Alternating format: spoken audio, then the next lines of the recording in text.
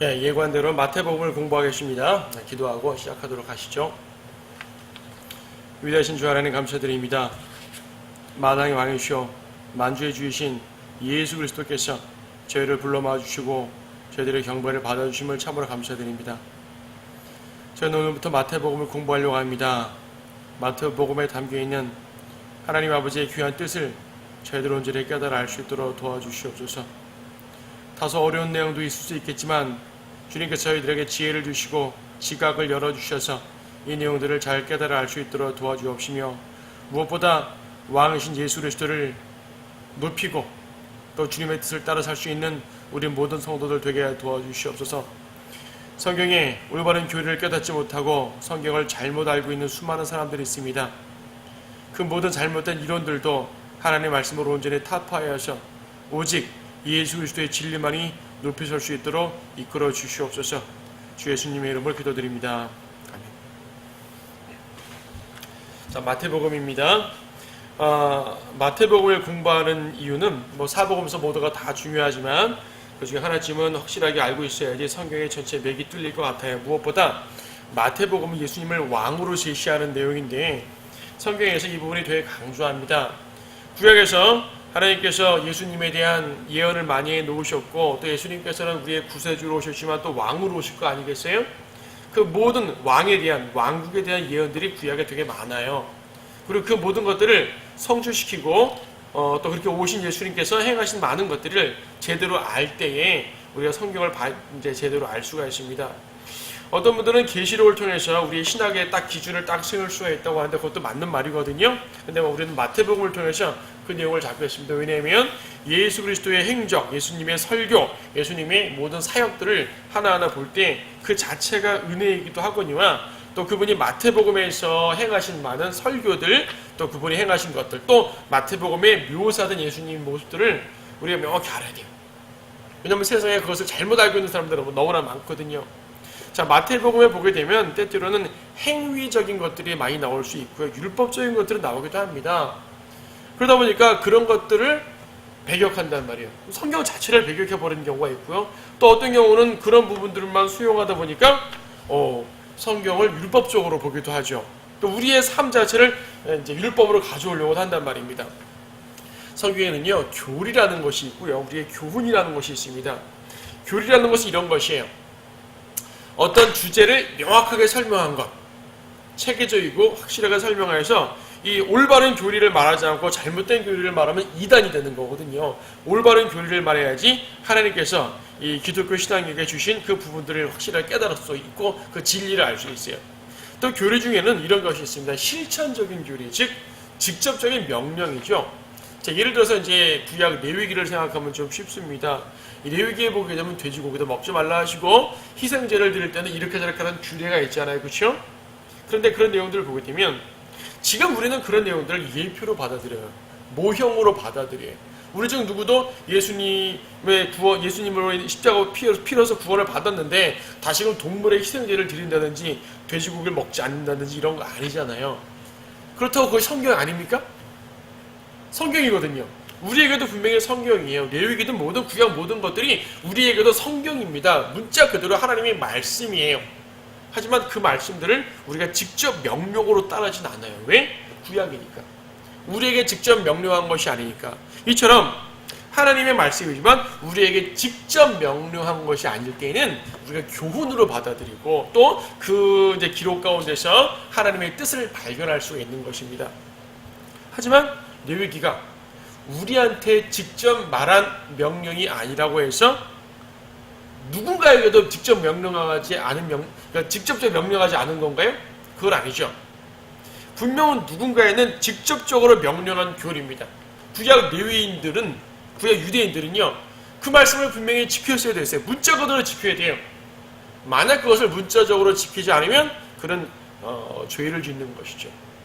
구약 유대인들의 구약 이스라엘이 갈라디아서 말씀처럼 율법은 중요하지 않아. 율법은 폐해질 것이고 율법은 우리가 율법적으로 살면 안 돼. 십자가의 피가 중요해. 이렇게 말하는 사람은 아무도 없었습니다. 물론 당연히 그때는 갈라디아서가 쓰여지기 전이기도 하지만은 구약 율법에 따른 직접적인 명령과 신약 성도에게 주신 직접적인 명령이 있어요.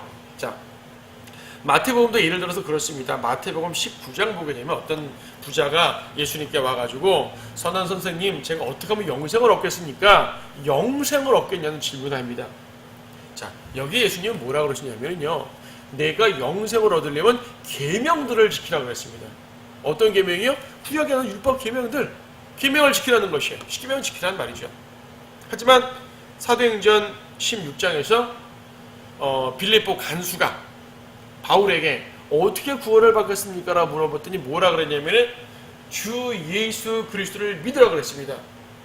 율법을 지키라 말하지 않았습니다. 계명을 지키라 말하지 않았어요. 그럼 바울은 믿으라 그랬고 예수님은 계명을 지키라 그랬으니까 누구 말이 맞냐? 예수님이 높은 분이니까 예수님 말이 맞지 않냐? 이렇게 볼 수 있는 게 아니죠. 예수님께서 말씀하시는 그 내용이 있고 그 명령이 있고 지금 마태복음에서 말씀하신 명령이 있고 사도행전에서 말씀하신 명령이 있는 거예요. 자, 왜 이런 말을 하냐면 마태복음에서는 많은 것들이 아주 구약적인 내용이 있단 말입니다. 자, 이 교재를 보면서 하죠. 마태복음 공부할 때 그 전제가 있어요. 첫째는 이제 마태복음이 예수님이 유대인의 왕이라는 사실을 강조한 책입니다. 유대인의 왕. 자, 여러분들은 이 교회 좀 다니신 분들은 대부분 알아요. 사복음서를 말할 때 마태복음은 왕이신 예수님을 그리고 마가복음은 종이신 예수님, 누가복음은 인자, 즉 인간이신 예수님을 그리고 있고요. 요한복음은 하나님의 아들을 그리고 있습니다. 그러면 마태, 마가, 누가복음은 하나님의 아들에 대한 묘사가 안 나오고 요한복음만 하나님의 아들에 대한 묘사가 나올까요? 아닙니다. 마태, 마가, 누가복음도 예수님을 하나님의 아들로 제시하고 있어요.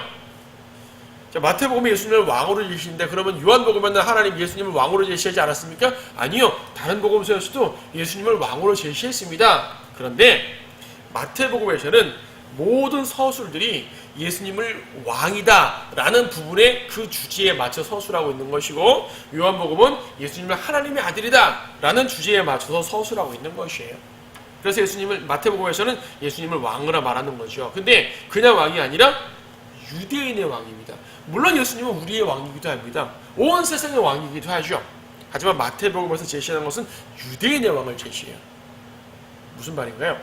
자, 마태복음은 유대인들에게 예수님을 믿으라라고 그런 목적으로 썼는데 그러려면 유대인들이 구약의 율법들을 많이 아니까 구약 얘기들을 아니까 구약에 대한 인용도 되게 많아요. 구약에 이렇게 제시된 그분이 바로 예수님이다라는 말입니다. 근데 유대인들이 볼 때 예수님은 그 메시아는 누구냐면은 왕이시거든요. 자기들의 왕이거든요. 다윗 때부터 예언된 그 하나님의 계획하신 왕국, 신정 통치 왕국이죠. 물론 그 전부터도 예언되어 있지만 선지서들의 수없이 예언되어 있는 그런 메시아 왕국, 그 왕국의 왕임을 말씀하고 있는 것이에요. 두 번째는 전환기적인 책이라는 것인데 좀 전에 말씀드린 것처럼 마태복음에는 구약적 내용들이 많이 나와 있어요. 왜 그러냐면은 예수님께서 26장에서 이제 27장에서 죽으신단 말이에요. 히브리서 9장에 따르면은 유언이라는 것은 유언한 자가 죽어야지 효력을 발생한다. 테스타멘트는 유언이고 유언으로서의 약속이거든요. 언약이거든요. 그래서 이제 뉴테스타멘트는 새 언약인데 신약인데 그 신약이 바로 예수님이 죽으셔야지 시작되는 것입니다. 그래서 27장, 28장은 신약인데 26장까지는 아주 구약적인 부분이에요. 이건 마태복음뿐 아니라 다른 복음서도 마찬가지겠죠. 예수님의 죽으심을 통해서 죽으심을 기점으로 구약과 신약이 나눠지는 것이에요.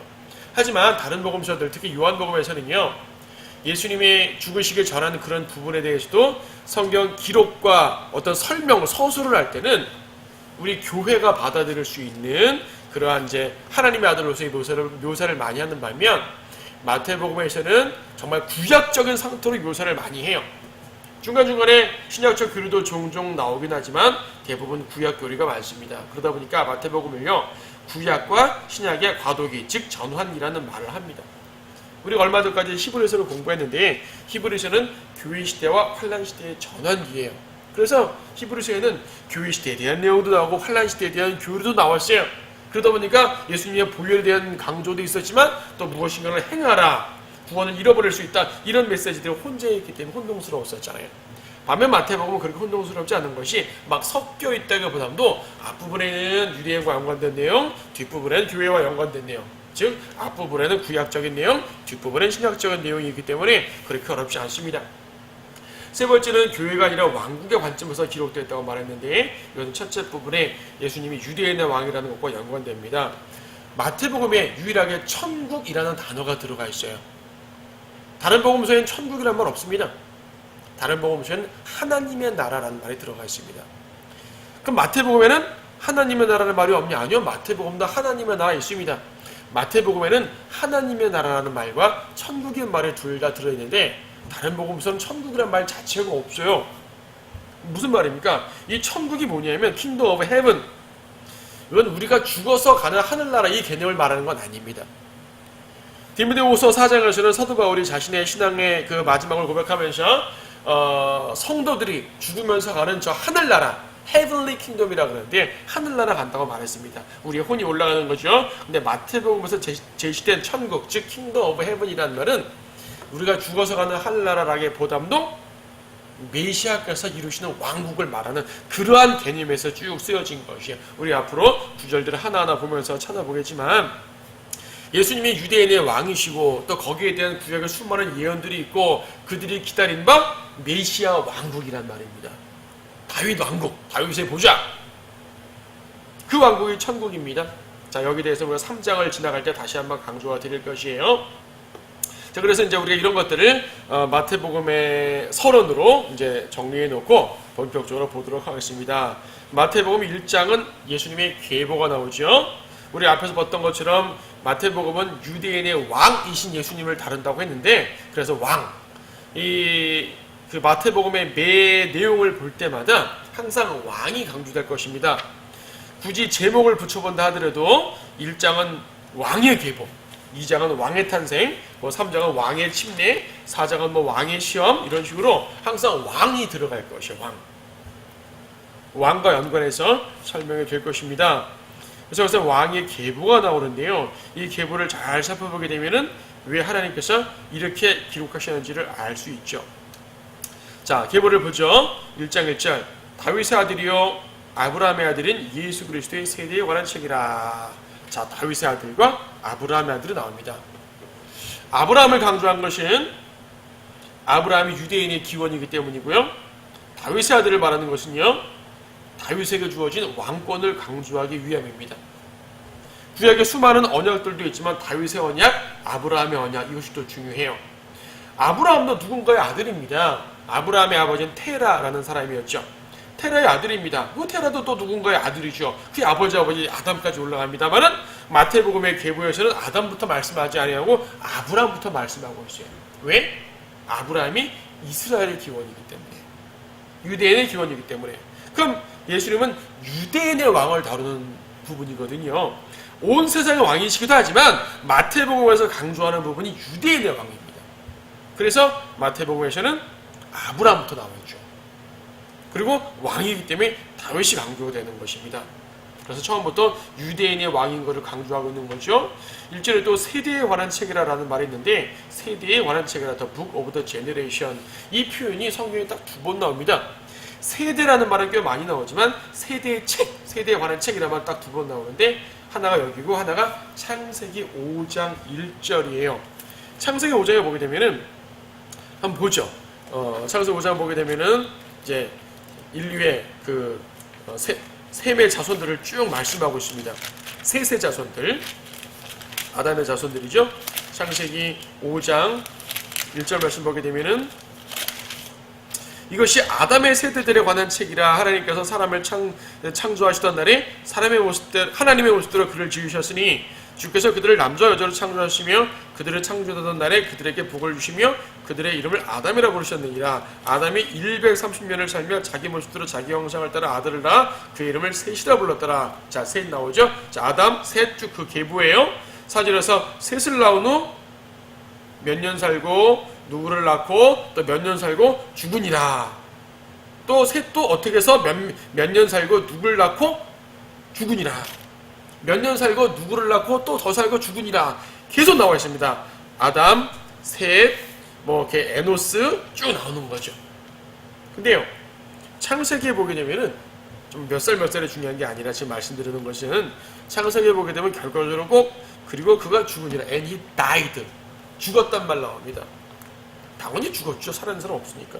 근데 마태복음에는 어떻게 되어 있습니까? 누가 누구를 낳고 낳았단 말은 생명이죠. 죽었단 말 없습니다. 죽지 않았다는 말 아니죠. 다 죽었잖아요. 그들 모두 죽었습니다. 그런데 성경은 의도적으로 창세기에서는 죽었다는 말을 하는 것이고 여기서는 죽었다는 말을 쓰지 않고 대신 낳고라는 말만 써요. 무슨 말입니까? 예수 그리스도의 계보는 생명과 연관된 계보고요. 아담의 계보는 죽음과 연관된 계보입니다. 아담을 해서 모두가 죽지 않아요. 우리는 모두 아담을 해서 죽은 사람들입니다. 그런데 예수 그리스도로 말미암아 생명을 얻었습니다. 자, 이 부분은 물론 이제 마태복음 1장에서 말하는 교리보다도 우리에게 주는 영적 교훈이지만은 너무 중요한 부분이죠.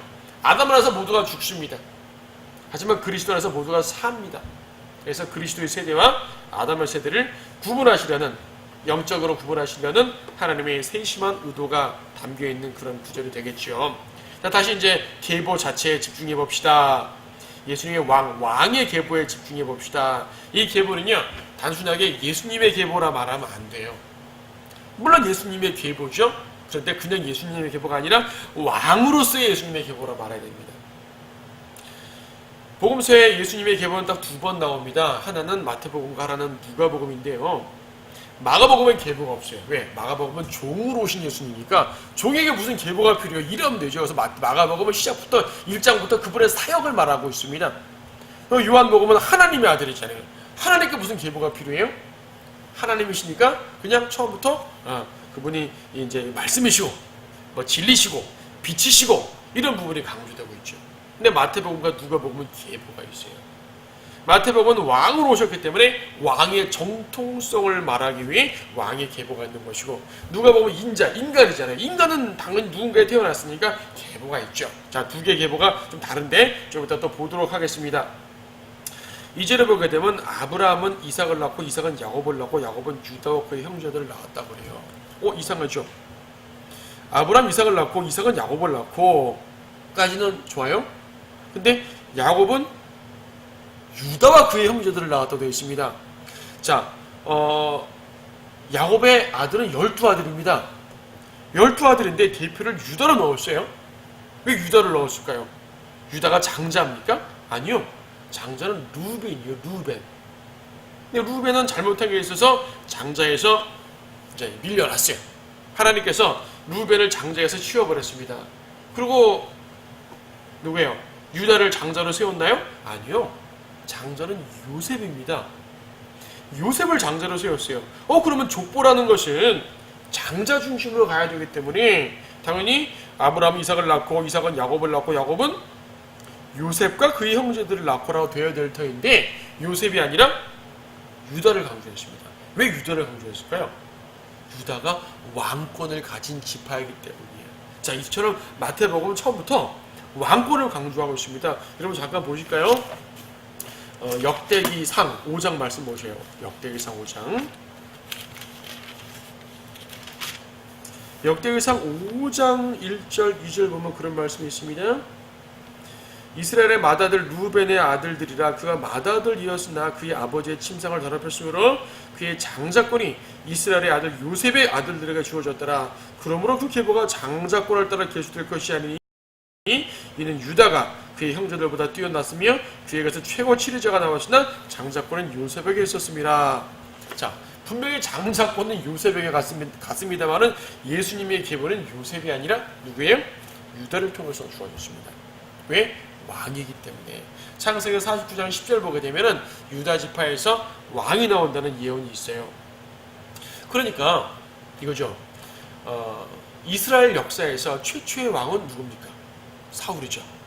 사울이 최초의 왕입니다. 그 다음에 두 번째 왕이 다윗입니다. 하지만 하나님의 관점에서는 첫 번째 왕이 다윗인 거예요.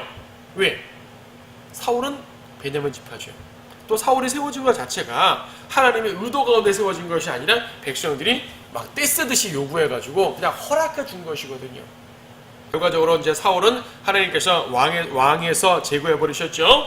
다윗부터가 진짜 왕이 되는 것입니다. 그래서 다윗 왕조라 그러잖아요. 구약의 모든 왕권은 다윗 왕조로 시작돼서 다윗 왕조로 끝났습니다. 멸망할 때까지 다윗 왕조였습니다. 이제 남북왕국이 갈라졌을 때 북왕국은 다윗 왕조가 아니죠. 다른 사람들이 왕이 됐어요. 또 계속 반역에 반역을 거듭하여서 여러 다른 지파들에서 왕이 나왔는데 남왕국 유다는 계속 다윗에게서 쭉 이어져 내려왔죠. 그래서 다윗 왕조라고 말해요. 계속적으로 이 마태복음의 계보는 왕이신 예수님을 강조하고 있습니다. 그런데 3절에 보면 참 특별한 말이 이제부터 나옵니다. 유다는 다말에게서 파레스와 사라를 낳고 파레스는 헤스로를 낳고 쭉 되어 있어요. 다말. 이 다말이요, 유다의 아내가 아니라 유다의 며느리입니다. 유다는 며느리에게서 아들들을 낳았습니다. 참 이상하죠. 잘못됐죠. 예, 죄입니다. 창세기 38장에서는 유다의 그 죄에 대해서 아주 자세하게 기록해 놓고 있는데요. 사실 보게 되면은 아버지가 아들을 낳았단 말만 쭉 하고 있어요.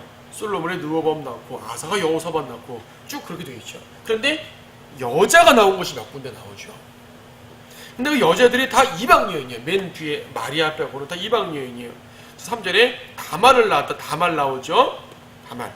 5절에서는 라합 나옵니다. 라합은 이방 여인 있잖아요. 여리코. 예, 이스라엘이 정복할 때 여리코 여인입니다. 근데 라합은 또 창녀라고 나와 있어요. 또 보아서는 룻에게서, 룻은 또 누구예요? 모압 여인이거든요. 6절에서 다윗왕은 우리아의 아내였던 여인에게서, 이름은 나오지 않았지만 뭐 바세바 아닙니까? 우리가 이제 열왕기 이제 사무엘 하에서 알 수 있는 것처럼 바세바는 또 히딘 여인이에요. 히타이트 족속 히딘 여인입니다. 실제로 솔로몬은 르호보암 나왔다고 그랬는데 여기는 이름 언급되어 있지 않지만 이제 열왕기상에 보게 되면은 르호보암의 어머니는 암몬 여인이에요. 이방 여인이거든요. 그러니까 이방 여인이든지 아니면 또 이렇게 죄를 졌든지 하여튼 여인들이 등장할 때마다 뭔가 깔끔하지 않습니다. 죄 가운데 있어요. 죄 가운데 있잖아요. 도덕적 흠이 많습니다. 자, 누군가는 말하죠. 도대체 예수님의 족보가 왜 이렇게 더러워? 왜 더럽죠? 왜 그렇습니까? 일단 기본적으로 마태복음의 족보는, 예수님의 계보는요, 마태복음에 기록된 예수님의 계보는요, 도덕성에 따른 계보가 아니라 왕의 정통성을 따른 계보란 말입니다. 왕의 정통성이라는 것은 도덕성과 관계없이 그 아버지의 아들이면 그 라인이 되는 거예요. 다윗의 아들이라는 이 관점으로 그 계보의 정통성, 왕가의 정통성을 말하는 것이지 어떤 도덕성을 말하는 것은 아니에요. 하지만 아무리 그렇다 치더라도 좀 너무 심했잖아요. 왜 도덕적으로 안 좋은 여인들을 집어넣었을까요? 남자들도 도덕적으로 안 좋은 왕들이 많이 있었지만 특히 여성들을 다룰 때 좀 그런 부분들이 있습니다. 왜 그랬을까요? 왜 이런 여인들을 여기다 집어넣었을까요? 자, 그 이유는요, 하나님께서 보실 때 모든 사람이 죄인이라는 것을 선언해 버리는 것이에요. 그렇잖아요. 그럼 도대체 어떤 족보가 깨끗할까요? 이 세상의 모든 족보 다 갖다 놔 보세요. 깨끗한 족보가 있습니까? 없죠. 그럼 사람들은 생각하겠죠. 그래도 예수님의 족보는 깨끗해야지. 예수님, 우리의 왕 아닙니까? 영웅 아니에요, 영웅. 그 영웅에다 이렇게 이상한 걸 집어넣으면 됩니까? 영웅은 완벽해야 됩니다. 영웅은 완벽해야 된다는 것은 세상 신화입니다. 만약에 마태복음이 성경이 신화라면은요, 신화를 쓴 어떤 사람이 썼다면 절대 이렇게 기록하지 않았을 것이에요. 멋지고 좋은 훌륭한 여인들만 갖다 놨을 것입니다.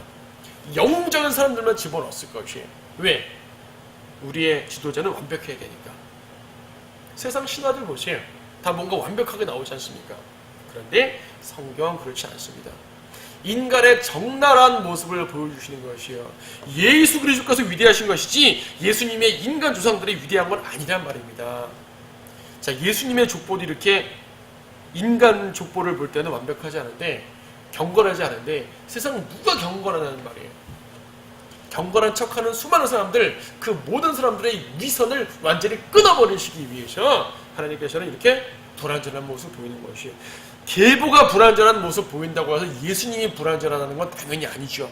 오히려 하나님께서 보실 때 이렇게 죄인들 가운데서 들어 쓰신다는 얘기입니다. 따지고 보면 예수님께서 인간의 모습으로 오신 것 자체가 불완전한 모습 아니에요? 영광스러운 하나님께서 왜 인간의 모습으로 하셨어요?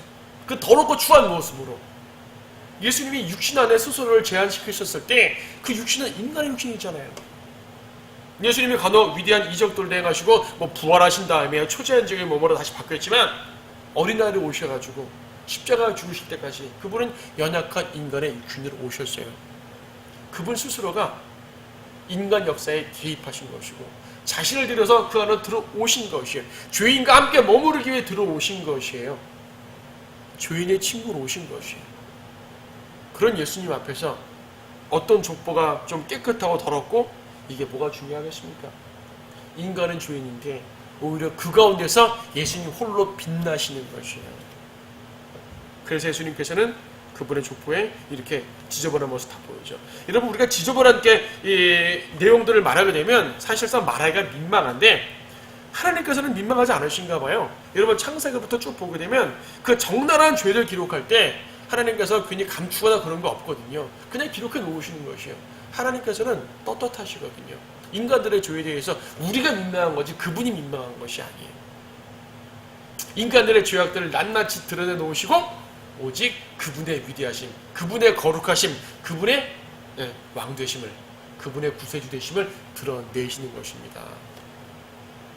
그래서 우리가 인간적 견지를 볼 때는 아유 이 족보가 좀 이렇게 깨끗하지 못해서 좀 민망하군. 그것이 아니라는 얘기입니다. 하나님께서 예수 그리스도가 위대한 것이지 인간들이 위대하지 않다는 것을 보여주시는 것이에요. 오히려 그 더러운 인간 역사에 주님께서 개입하시고 들어오셔서 그들과 동참하셨다는 사실 자체가 더 큰 은혜죠. 우리에게는 주님이 우리 가운데 오셨다는 것 자체가 우리의 은혜입니다. 내가 뭐라고 주님을 받아들이느냐 그거죠. 우리가 뭐라고 주님이 이 가운데 계시냐는 얘기죠. 바로 그것이 예수님이 이렇게 도덕적으로 완벽하지 않은 족보를 택하신 이유입니다. 또 있죠. 여기 나와 있는 여인들이 대부분 이방 여인들인데 그것은요. 이제 예수님께서 신부를 삼을 때 이방인 신부잖아요. 교회라는 것은 이방인입니다. 물론 교회에는 유대인과 이방인이 섞여 있긴 하지만 그러나 항상 이방인들이 주가 됩니다. 교회 시대 초기에는 유대인들이 주가 됐었지만 곧이어 이방인들이 이게 주도권 넘어갔고 교회의 대부분의 구성원들은 이방인이어서 이방인 교회를 강조하는 그런 부분도 되는데 예표적으로만 강조가 되고 있습니다. 중요한 것은 하나님께서 이 경건치 않은 계보를 통해서도 예수 그리스도의 위대하신 모습을 드러내신다는 사실이죠. 여기 6절에 보게 되면요. 이새는 다윗 왕을 낳으니라 다윗 왕은 우리아의 아내였던 여인에게서 솔로몬을 낳았다고 되어 있죠. 여기 묘사를 가만 보게 되면요. 우리아의 아내에게서가 아니라 우리아의 아내였던 여인으로 되어 있습니다. 이게 무슨 말입니까? 다윗이 솔로몬을 낳을 당시에는 그 밧세바가 우리아의 아내가 아닌 거예요. 여러분 우리는 사무엘 하에서 다윗의 범죄를 압니다.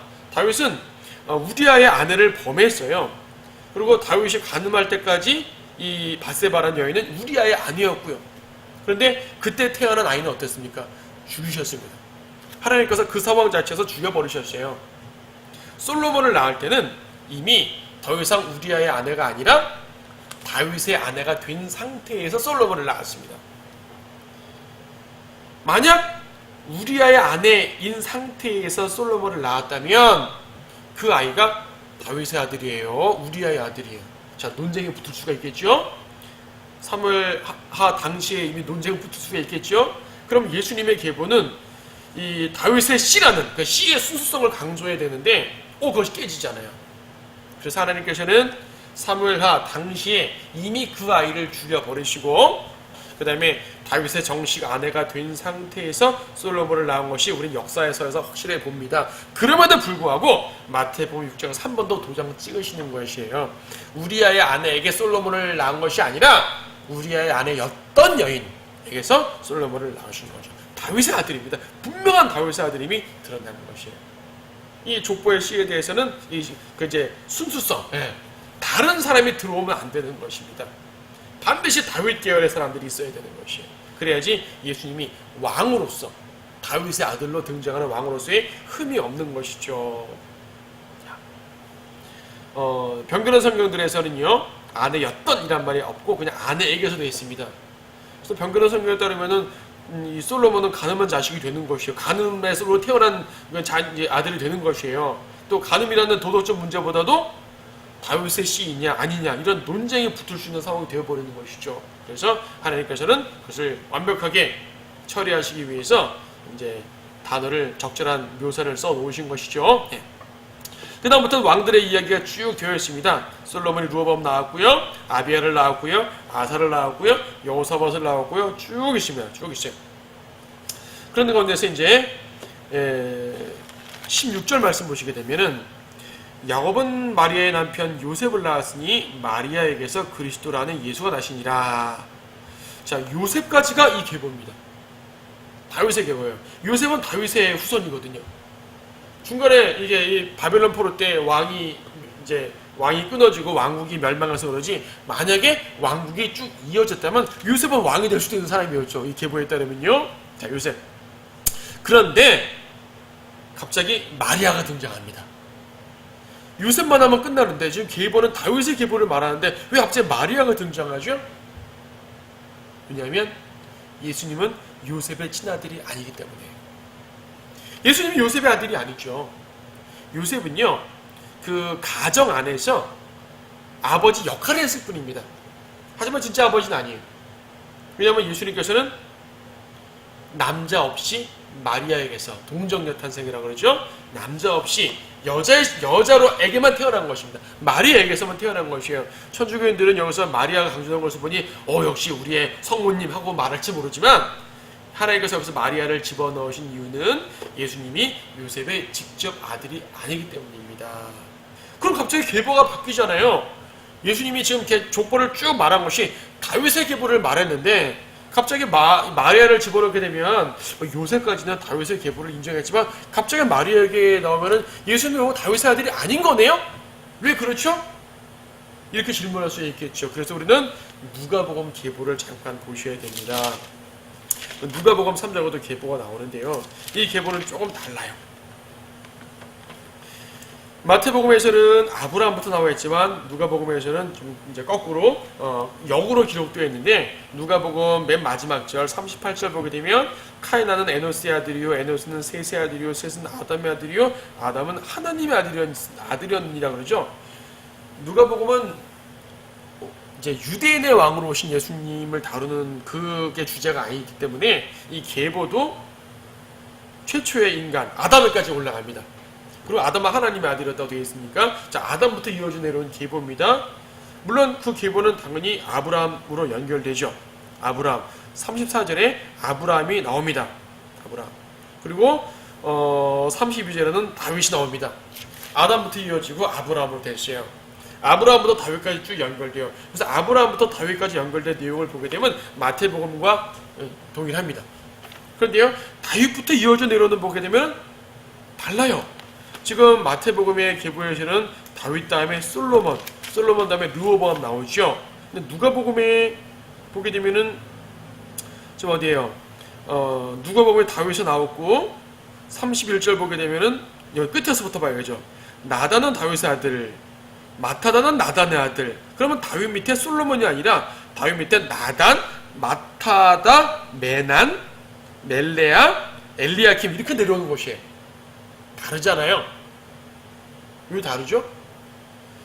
이 사람들은 왕이 아닙니다. 나단은 솔로몬이 아닙니다. 성경에는 같은 사람을 서로 이름이 다를 수가 있기 때문에 같은 사람에 대한 다른 이름, 그 솔로몬의 다른 이름이 나단인가? 만약 그렇다면 솔로몬만 그래야지. 뒤에도 계속 그러거든요. 지금 마태복음에 있는 것처럼 다윗부터 여코냐까지 바벨론 잡혀간 때까지의 그 왕의 내용과 달라요. 사람도 다릅니다. 즉 누가복음의 계보는 왕의 계보가 아니에요. 다윗의 계보는 맞아. 다윗부터 이어지는 건 맞는데 마태복음은 다윗의 아들 솔로몬을 통해서 왕의 계보를 이루어주고 있고 누가복음에서는 다윗의 또 다른 아들 나단이라는 아들을 통해서 별도의 계보를 이루어주고 있습니다. 그래서 23절 보게 되면 예수 자신은 약 30세가 되어 사역을 시작하셨고 요셉의 아들로 알려주신 바 요셉은 헬리의 아들이요. 자, 요셉의 아들로 알려졌죠. 진짜 요셉의 아들은 아니죠. 근데 요셉은 헬리의 아들이요. 헬리. 마태복음에서는 요셉이 누구 아들입니까? 요셉이 야곱의 아들이에요. 근데 이건 헬리의 아들입니다. 야곱, 헬리 같은 사람 아닙니다. 그럼 어떻게 요셉이 아버지가 둘입니까? 그게 아니고 누가복음에서는 여기서 요셉이라고 기록됐지만 사실은 마리아입니다. 마리아의 계보예요. 왜 마리아인데 그러면 요셉이라고 써있고 요셉의 헬리의 아들 되어 있습니까? 왜냐하면 아들이란 말은 사위도 되는 말이에요. 사위. 사위도 아들입니다. 사위도 아들이에요. 성경에서는 사위도 아들이라고 묘사하고 손자도 아들이라 묘사하고 좀 아들이라는 단어의 쓰임새가 좀 광범위합니다. 그래서 누가복음에서는 마리아를 말하는데 결과적으로 마리아도 다윗의 딸이거든요. 마리아를 통해서 왔다 그래도 누가복음의 계분 보더라도 다윗의 자손인 건 맞아요. 그런데 누가복음은 왕들의 계보가 아니잖아요. 다윗의 후손인 건 맞지만 왕가의 후손은 아니라고요. 근데 마태복음은 왕가의 후손입니다. 왕가의 후손으로 왔는데 요셉은 또 이 예수님의 직접 아버지가 아니에요. 그래서 마리아를 등장시켜요. 그리고 마리아는 누가복음에서 설명됩니다. 이처럼 하나님께서는 다윗의 가문, 그러니까 이제 요셉의 가문, 즉 왕의 가문과 또 예수 그리스도의 신성, 그러니까 하나님의 특별한 동정녀 탄생의 이러한 신비를 잘 조합해 놓으신 것입니다. 예수님은 하나님의 아들로서 여자에게서 태어나셨지만 또 그분은 왕이시기 때문에 왕의 계보를 강조하죠. 자, 왜 이처럼 왕의 계보를 이렇게 계속 입 아프게 강조했냐면 제가 입 아프게 강조한 것이 아니라 성경에 강조해 놓으신 거예요. 처음부터 마태복음 시작부터 신약이 시작되는 장면에서 계보를 강조했다는 것은 매우 중요한 의미입니다. 자, 어떤 사람이 교회에 나와서 구원받고 성경을 읽어야겠다. 성경을 딱 펼쳤어요. 자, 신약부터 읽어야지. 마태복음 펼쳤는데 왜 그냥 낙호해요. 사람 이름만 쭉 나옵니다. 아유 지겨워. 여러분 지겨워하지 마세요. 17절까지밖에 안 놀았습니다. 그 다음부터는 괜찮아요. 자, 무슨 말입니까? 신약이 시작되는 장면에서 계보를 나왔다는 얘기는 하나님이 그 부분을 되게 중요하게 생각하신다는 얘기입니다. 하나님께서 이 부분을 상당히 중요하게 생각하시는데 우리가 대충 넘어갈 수 없거든요. 그럼 하나님이 중요하게 생각하는 그 내용이 뭐라고요? 예수님이 왕이다. 왕이라는 사실을 계보의 정통성으로 밝혀주고 있습니다. 누구의 왕? 유대인의 왕. 자, 아직 안 끝났습니다. 17절 보면 그런 말씀이 있죠. 그러므로 전체 세대는 아브라함부터 다윗까지 14대요. 다윗부터 바빌론으로 잡혀간 때까지 14대요. 바빌론으로 잡혀간 때부터 그리스도까지 14대라. 자, 예수님의 전체 계보 중에 세 등분 나눴습니다. 아브라함부터 다윗까지 14. 다윗부터 바빌론 잡혀갈 때까지. 바빌론 잡혀갈 때까지라는 얘기는 12절에 여코냐까지를 말하는 것이에요. 그래서 이제 두 번째 부분은 여코냐까지고 세 번째 부분은 바빌론 잡혀간 이후니까 살라디엘, 즉 스알디엘부터 나오는 거거든요. 보세요. 그럼 몇 대입니까? 14, 14, 14 합치면 몇 대죠? 42대? 한번 세보세요. 몇 대 나옵니까? 몇 명 나옵니까? 41명 나와요. 무슨 말이죠? 중복 있어요. 중복. 첫째 부분에서는 아브라함부터 다윗까지가 나왔죠. 그럼 둘째 부분은 솔로몬부터라도 되어야 되지 않아요? 근데 다윗부터라도 나왔어요. 다윗이 첫 번째 부분 끝과 두 번째 부분 시작을 지금 겸임하는 것이에요. 지금 이 예수님의 전체 계보를 세 등분으로 나눴을 때 다윗은 첫째 부분과 두 번째에 다 들어가요. 그래서 지금 총 따지면 41명이 나옵니다. 물론 8절 보게 되면은 원래 역사서에 있는 왕들이 3명 빠졌는데 그건 하나님이 의도적으로 뺀 거니까 무시하고 기록되어 있는 사람만 갖고 말할 때 41명인데 다윗을 중복시켜서 14, 14, 14가 나왔습니다. 왜 다윗을 중복시켰을까요? 여러분 계보를 쭉 읽으면서 느낀 거 없으세요? 6절에서는 이세는 다윗 왕을 낳으니라 왕이란 말이 있어요. 그리고 다윗 왕은 솔로몬을 낳았다고 그랬습니다. 다윗 왕이 솔로몬 왕을 낳고라 되지 않습니까? 아니요. 솔로몬 왕을 낳고라 되어 있지 않고 솔로몬을 낳고 되어 있어요. 그 다음도 마찬가지예요. 솔로몬 왕? 아니요. 솔로몬. 르호보암 왕? 아니요. 르호보암. 아비야 왕? 아니요. 아비야. 아사 왕? 아니요. 아사. 히스키야 왕? 아니요. 히스키야. 자, 왕이란 말 없어요. 그분들이 왕이 아니었다는 말이 아니라 마태복음을 기록한 성령님께서 의도적으로 다윗에게만 왕이라는 단어를 쓰고 있습니다. 그런데 보세요. 그럼 첫 번째 이 계보의 첫 번째 부분 아브라함부터 다윗까지 앞에 왕 없잖아요. 왕 누구예요? 다윗이죠. 다윗만 왕입니다. 계보의 두 번째 부분 다윗부터 여권야까지. 근데 다른 사람은 왕이라 쓰지 않고 다윗만 왕으로 썼어요. 역시 다윗이 왕이에요. 자, 세 번째 부분에서는 누가 나옵니까? 이때는 왕권이 끊어진 다음이지만은 예수님. 물론 단어에서 예수님을 왕이라고 쓰진 않았지만 지금 마태복음 자체가 예수님을 왕으로 묘사하는 장면이기 때문에 예수님을 왕으로 놓고 또 예수님은 다윗의 아들이잖아요. 보세요. 이 계보를 3등분 했을 때 첫째 부분과 두 번째 부분과 세 번째 부분에 강조되는 인물은 다윗이에요. 예수님은 다윗의 아들로 오셨거든요. 마태복음 쭉 보더라도 사복음서 보더라도 예수님을 다윗의 아들이란 말을 참 많이 합니다. 다윗 왕권을 강조하는 것이에요. 그러므로 왕의 계보예요. 예수님은 이처럼 왕으로서 등장합니다. 왕으로 등장해요. 이게 마태복음이에요. 신약성경을 맨 처음 시작할 때 하나님께서 우리에게 가르쳐주고 싶으신 것은 그분은 왕이다 이거예요. 그것도 유대인의 왕이다. 뒤에 보겠지만 그런데 그 유대인의 왕이 이제는 우리의 왕이 되셨고요. 또 온 인류의 왕이 되실 것이고요. 이런 모든 것들을 파노라마로 말하기 위함이에요. 지금 우리는 마태복음 첫 시간 계보만 보니까 지금 유대인의 왕만 강조되어 있죠. 뒤에 쭉 이어져 보게 되면 바로 그 유대인의 왕께서 우리의 왕이 되시고 온 세상의 왕이 되시고 만왕의 왕이 되신다는 것들이 쭉 이제 설명이 될 것이에요. 지금 서론이에요. 서론. 첫 부분이에요. 자, 그 첫 부분에서의 이 모습은 하나님께서 세심하게 계보에다 기록해 놓으신 그 부분, 우리는 그것을 오늘 알아야 됩니다. 그러니까 이제 이 계보회를 벌칠 때 아하, 이 계보가 왕의 계보, 아하, 예수님이 왕이시구나, 유대인의 왕이시구나, 이걸 아셔야 되는 것이고, 또 아까 이제 계보 속에서 여인들, 특히 주인 여인들이 나온 걸 봤을 때 아하, 인간의 계보는 훌륭한 것이 없구나, 인간은 다 죄인이구나, 그런 죄인들 가운데 예수님이 오셨구나, 이것이 오히려 은혜구나, 이것을 또 볼 수 있습니다. 뭐 여자들만 아니죠. 남자들도 왕들도 죄인들 되게 많으니까 굳이 여자들만 말할 것이 아니라 이 족보에 포함되어 있는 수많은 사람들이 죄인이라는 얘기예요. 사실은 100% 죄인이죠. 죄인 아닌 사람 없잖아요. 근데 그 가운데 예수님이 오셨어요. 죄인 가운데 오셨어요. 그분들과 동고동락 하셨어요. 지금 우리에게도 마찬가지죠. 신약에서는 그래서 그분이 십자가에 지셨어요.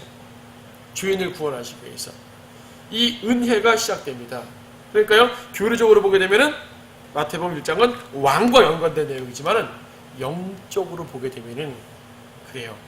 죄인과 함께 거하시기 위해 오신 예수님을 볼 수가 있어요. 이것이 바로 우리가 마태복음을 통해서도 주님의 은혜에 감사할 수 있는 내용입니다. 자, 오늘 여기까지 보시고요. 다음 시간에는 예수님의 이 탄생에 대해서 그 예언이 성취되는 내용들을 좀 더 구체적으로 보도록 하겠습니다.